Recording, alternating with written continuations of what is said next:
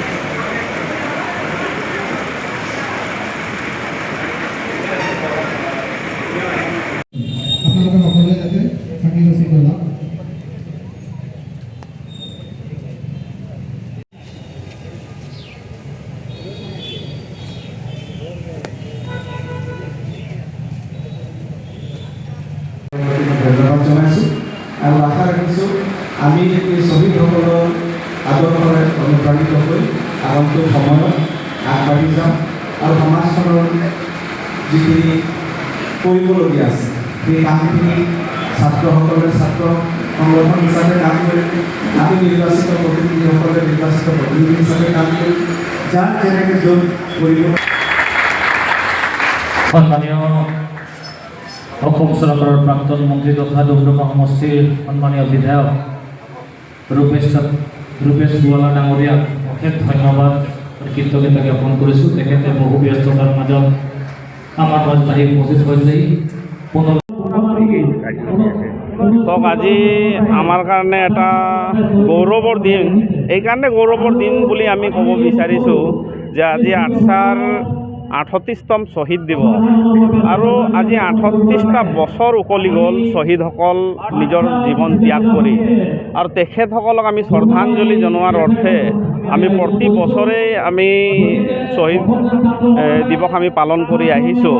আটছা কেন্দ্ৰীয় সমিতিৰ সিদ্ধান্ত অনুসৰি অসমৰ প্ৰতিটো জিলাই নিজাববীয়াকৈ শ্বহীদ দিৱস উদযাপন কৰি আছে আৰু ঠিক সমান্তৰালভাৱে তিনিচুকীয়া জিলা সমিতিও আমি আটছা ডুমডুমা শাখা, তালাপ শাখা, ডিগবৈ শাখা, তিনিচুকীয়া শাখা, মাকুম শাখা, মাৰ্ঘেৰিটা শাখা আৰু পেঙেৰী শাখাৰ সহযোগত আৰু অসম চাহ জনজাতি মহিলা সমিতি তিনিচুকীয়া জিলা সমিতিৰ আতিথ্যত আজি ৩৮তম শ্বহীদ দিৱস আমি উদযাপন কৰিছোঁ ডুমডুমা বংগীয় দুৰ্গাবাৰী প্ৰেক্ষাগৃহত।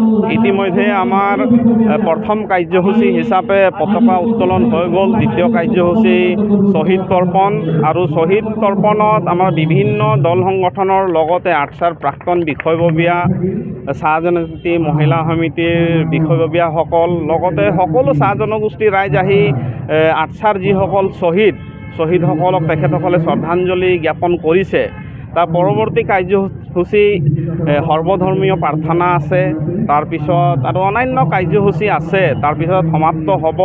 আটছা কেন্দ্ৰীয় সমিতিৰ সিদ্ধান্ত অনুসৰি প্ৰতিটো জিলাত আটচাৰ বিষয়ববীয়া প্ৰেৰণ কৰিছে।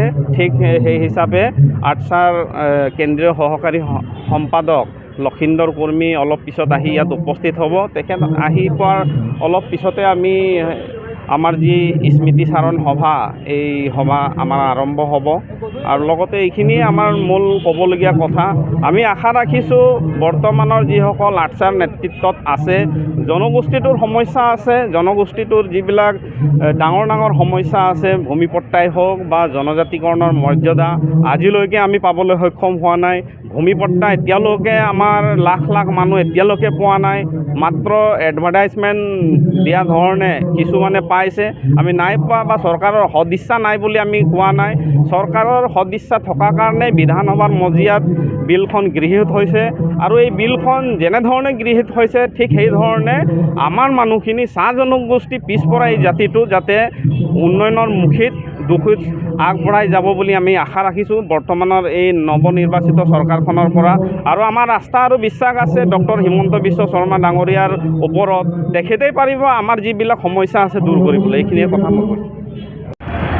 আজি আমাৰ আটচাৰ ইতিহাসত মানে আমাৰ জাতিটোৰ কাৰণে যিসকল ব্যক্তিয়ে বলিদান দিছে আৰু বিভিন্ন সময়ত সংগ্ৰাম কৰি বা আমাৰ কাৰ্যসূচীলৈ গৈ কেতিয়াবা আন্দোলনত গৈ যিসকল ব্যক্তিয়ে জাতিৰ হকে মাত মাতি আই মাতৃ অসমৰ প্ৰতি মাত মাতি ইতিমধ্যে শ্বহীদ হৈছে, তেওঁলোকৰ প্ৰতি শ্ৰদ্ধা জনাই আজিৰ দিনটোত আমি শ্বহীদ দিৱস ইয়াত আয়োজন কৰিছোঁ।